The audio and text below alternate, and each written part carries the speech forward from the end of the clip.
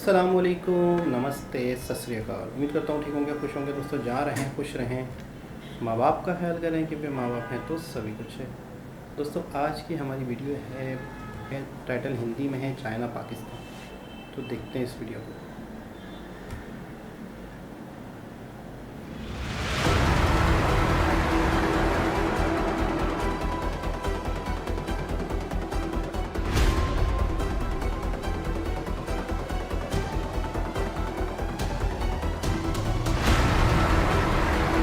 भारत के तेजस का डंका पूरी दुनिया में बज रहा है।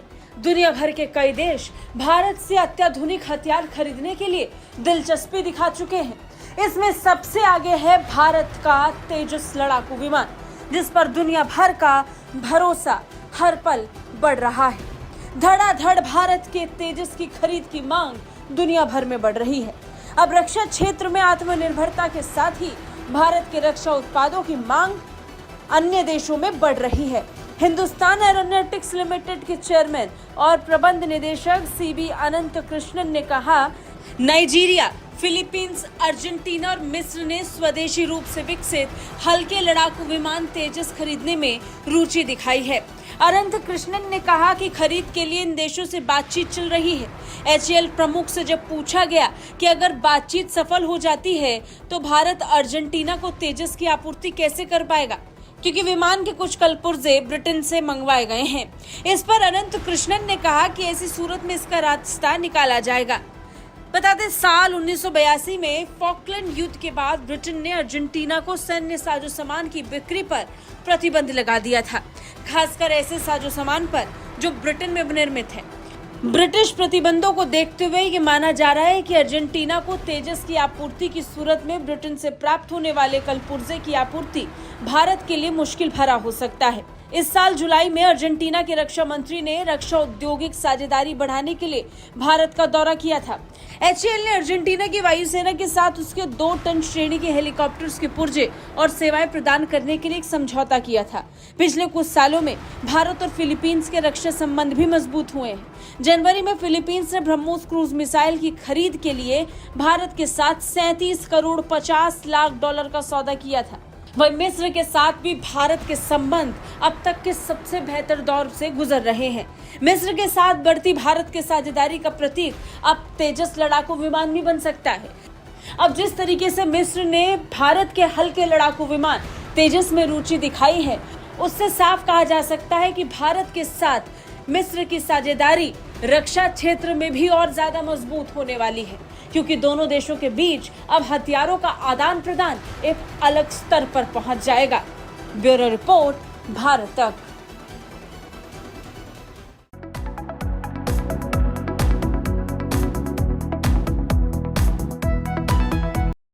वाकई दुनिया में बहुत फेमस है, वाकई तेजस का एक नाम है। और तकरीबन जो भी पार्ट्स हैं या तकरीबन जो चीज़ें हैं वो मेड इन इंडिया है। तो ये सबसे ज़्यादा गर्व की बात होती है, सबसे ज़्यादा पॉजिटिव बात ये होती है कि आपके कंट्री में किस हद तक कितने हद तक वो बना है और बाकी कहाँ से आपने चीज़ें परचेज़ की है। कल को फिर प्रॉब्लम्स भी हो सकती हैं। रशिया वाला जो मामला था कि हमने किसी और देश से शायद हमने वो लिए थे, खान सर की वीडियो थी शायद, इंजेक्ट स्टीयर जो थी वो हमने किसी और देश, बल्कि चाइना ने किसी और देश से ली थी। फिर हमने चाइना के J-17 तैयारे ख़रीदे थे और फिर हमने हम ये नहीं देखते कि हमने ये चीज़ें कहाँ से ख़रीदी हैं और हम किसी देश के साथ आंखें दिखा रहे हैं या किसी देश के साथ क्या बात कर रहे हैं। फिर कल को वो कहेगा कि अब मैं उसकी सीटें नहीं दूँगा। इंजेक्ट सीट ज़रूरी होती है जब पायलट ने निकलना होता है एकदम से जहाज़ में से। और अभी पिछली वीडियो में एक खान सर का जिक्र सुना कि हमारे लोगों को इतना भी नहीं पता था कि फ़्रांस का यहाँ पे एम्बेसी है ही नहीं और पूरी दुनिया में एहतजाज हो रहे थे कि आप यहाँ से अपने इसको एम्बेसडर को निकालो। जब वो निकालने के तो पता चला वो तो यहाँ होता ही नहीं है, यहाँ पे है ही नहीं फ़्रांस की एम्बेसी का बंदा। तो खैर बहरहाल पाकिस्तान वाला मामला जो है, पाकिस्तान ने टोटल चाइना से चीज़ें ख़रीदी। आज इंडिया की जो चीज़ें बनी हुई है पूरी दुनिया ख़रीदना चाह रही है, पूरी दुनिया इस्तेमाल करना चाह रही है, पूरी दुनिया में एक वावेला मचा हुआ है। अच्छा, उसकी वजह क्या है? मिसाल के तौर पे अव्वल तो पाकिस्तान कुछ बनाता नहीं है, पहली चीज़ तो ये है, और इंडिया बनाता है।